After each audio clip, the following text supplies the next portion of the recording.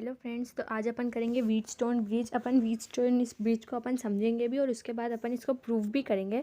तो जो हमारा व्हीटस्टोन ब्रिज होता है तो उसमें पहले अपन इसकी थ्योरी देखते हैं।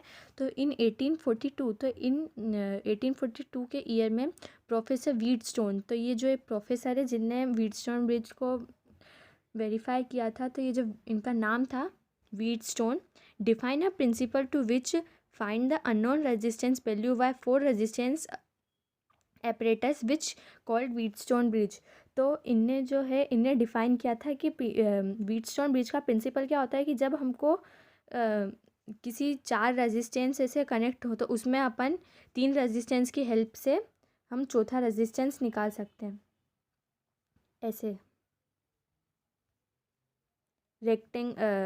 रोम्बस के शेप में अगर अपने को कोई रेजिस्टेंस दे रखे हैं तो अपन उसकी हेल्प से एक फोर्थ रेजिस्टेंस को निकाल सकते हैं।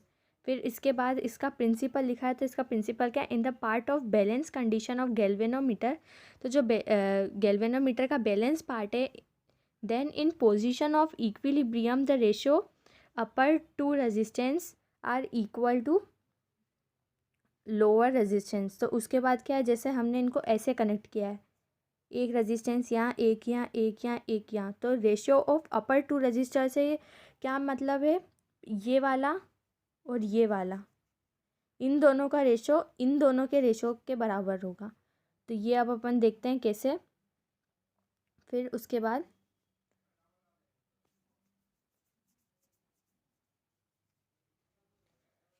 ये मतलब जो अपन को प्रूफ करना है, ये अपन प्रूफ करेंगे। व्हीटस्टोन ब्रिज का प्रिंसिपल ये होता है, इसको अपन को प्रूफ करना है to obtain balance condition by using Kirchhoff's law. तो अब अपन ने जो सर्किट है वो उसमें रेजिस्टेंस कैसे कनेक्ट कर दिए? ऐसे हमने एक सर्किट लिया, ये इसमें अपन ने यहाँ पे लगाई बैटरी, यहाँ पे अपन ने लगा दी की। उसके बाद इन सर्किटों में अपन ने एक रोम्बस शेप में चार रेजिस्टेंस कनेक्ट कर दिए, एक रेजिस्टेंस यहाँ, यहाँ, यहाँ और यहाँ, और बीच में हमने गैल्वेनोमीटर लगा दिया जो हमको करंट की डायरेक्शन बताएगा। उसके बाद अब अपन इसको नाम देते हैं, कौन सा करंट कहाँ से जाके किस नाम से हो रहा है। तो यहाँ से तो ये जो था करंट अपना फ्लो हुआ, ये यहाँ तक अपना आई ही रहा। उसके बाद ये जब अपने सब बने हुए सर्किट के अंदर जाने लगा तो इधर ये क्या हो गया? I1, इधर गया तो ये हो गया I2, तो कंपोनेंट में डिस्ट्रीब्यूट हो गया।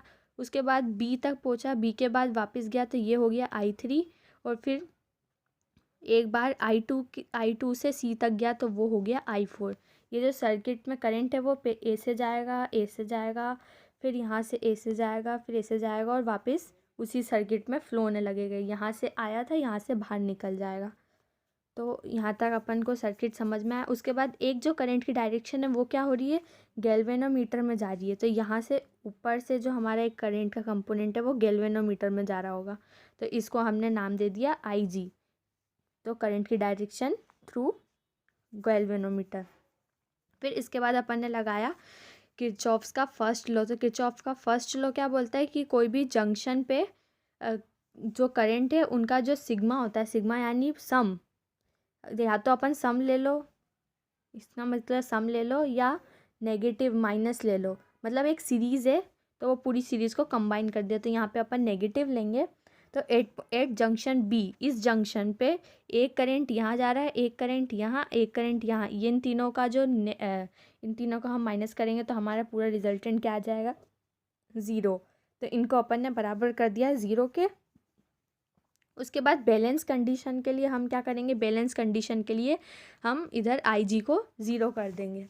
तो हमने IG को 0 करा तो हमारी एक वैल्यू क्या आ गई? तो इसको अपन ने इक्वेशन नाम देंगे, ये हो गया हमारा I1 इक्वल्स टू I3। अब ऐसा ही अपन सेकंड के लिए करेंगे। सेकंड अपन कौन सा जंक्शन लेंगे? ये D वाला, ये D जंक्शन यहाँ पे हम लेंगे। तो इस D जंक्शन के भी तीन कंपोनेंट हो रहे हैं, एक इधर, एक इधर, एक इधर। तो अब अपन को इसमें डायरेक्शन देखनी है। तो डायरेक्शन में क्या हो रहा है? एक कंपोनेंट तो इधर से आ रहा है I2, वो ठीक है। फिर जो IG आ रहा है अब वो अपोजिट डायरेक्शन में आ रहा है, मतलब अब वो उसकी साइड आ रहा है, तो वो IG कैसा हो गया? प्लस में हो गया। और उसके बाद जो करंट है वो इधर वापस जा रहा है, तो ये हमारा हो गया I4, जो कंपोनेंट इधर से जा रहा है, और I2 जो इधर से आ रहा है। फिर उसके बाद हमने पूरी इक्वेशन बना दी, वापस से इन तीनों का जो सम था वो अपन ने रख दिया इक्वल्स टू ज़ीरो, और फिर बैलेंस कंडीशन के लिए हमने क्या करा, आई जी ज़ीरो कर दिया। तो उसके बाद फिर हमारी सेकंड इक्वेशन क्या बन गई, I two equals to I four. पहली थी I one equals to I three, second थी I two equals to I four. अब इसके बाद हम इस सर्किट में क्या लगाएंगे, किरचॉफ्स का सेकेंड लॉ। तो किरचॉफ्स का सेकेंड लॉ क्या था, इनका सिग्मा आई पी किसके बराबर होता है, ज़ीरो के। तो इसके बाद हमने लिया पहले फर्स्ट वाले के लिए आई one P resistance, current into resistance है आई वन पी। फिर उसके बाद एक कंपोनेंट निकला, ये किस लूप के लिए ले रहे हैं हम, ए बी डी ए। तो इसमें अपन देखते हैं ए बी डी ए कहाँ है, ये है यहाँ पे था हमारा ए, ये ए बी, उसके बाद ये डी और ये ए, मतलब इस ट्रायंगल के लिए हमने यहाँ पे सेकेंड लॉ लगाया है।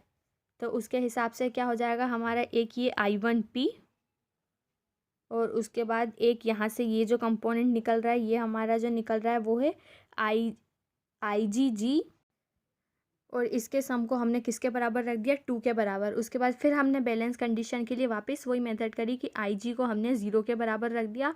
उसके बाद जो हमारा फाइनल कंपोनेंट फाइनल रिजल्ट बना वो क्या बना, I one P minus I two R equals to zero. तो उससे क्या हुआ, I one P equals to I two are.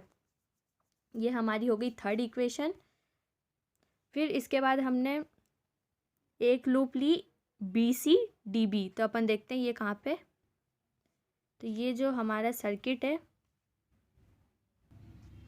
इस हमारे सर्किट में पहले अपन ने जो लिया था लूप वो हमने ले ली थी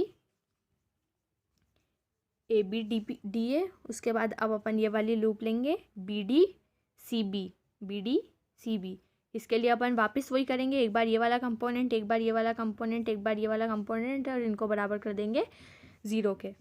तो यही अपन ने करा, आई थ्री क्यू माइनस आई फोर एस माइनस आई जी जी, इसको अपन ने फिर बैलेंस कंडीशन के लिए ज़ीरो के बराबर रख दिया। तो हमारा आ गया I three Q equals to I four S. इसके बाद जो हमारी इक्वेशन थ्री बनी और इक्वेशन फोर बनी, इसको हमने क्या कर दिया, आपस में डिवाइड करा। तो डिवाइड करने के बाद जो ये था हमारा आई वन पी से आई वन पी गया, आई टू नहीं, अपनी जो इक्वेशन बनी वो पहले यहाँ आएगी ना। तो यहाँ पे अपन देखते हैं ये I one P, I three Q, I two R और आई फोर एस। तो इसके बाद अपन ने जो पहली और दूसरी इक्वेशन में देखा था, पहली और दूसरी इक्वेशन में हमारा क्या आया था, I one equals to I three, I two equals to I four. तो अब अपन ने वही वैल्यू यहाँ पे पुट कर दी। यहाँ पे जो ये आई थ्री लिखा है यहाँ पे अपन ने आई वन रखा, यहाँ पे जो आई फोर लिखा है यहाँ पे अपन ने आई टू रखा। उसके कारण क्या हुआ, ये दोनों कैंसिल हो गए और हमारा जो बनने आखिरी में जो बचा वो क्या हो गया, P upon Q equals to R upon S. यही था हमारा balance equation for Wheatstone bridge. और व्हीटस्टोन ब्रिज का मतलब यही होता है कि अगर हमको तीन गिवन रेजिस्टेंस हो तो हम जो अननोन रेजिस्टेंस, जो फोर्थ अननोन रेजिस्टेंस है उसको अपन फाइंड कर सकते हैं। जैसे अपन को पी क्यू और एस की वैल्यू दे दी तो अपन यहाँ से आर की वैल्यू निकाल सकते हैं। ऐसे ही अपन किसी भी तीन गिवन होने पे फोर्थ अननोन रेजिस्टेंस की वैल्यू निकाल सकते हैं। यही होता है हमारा व्हीटस्टोन ब्रिज। Thank you.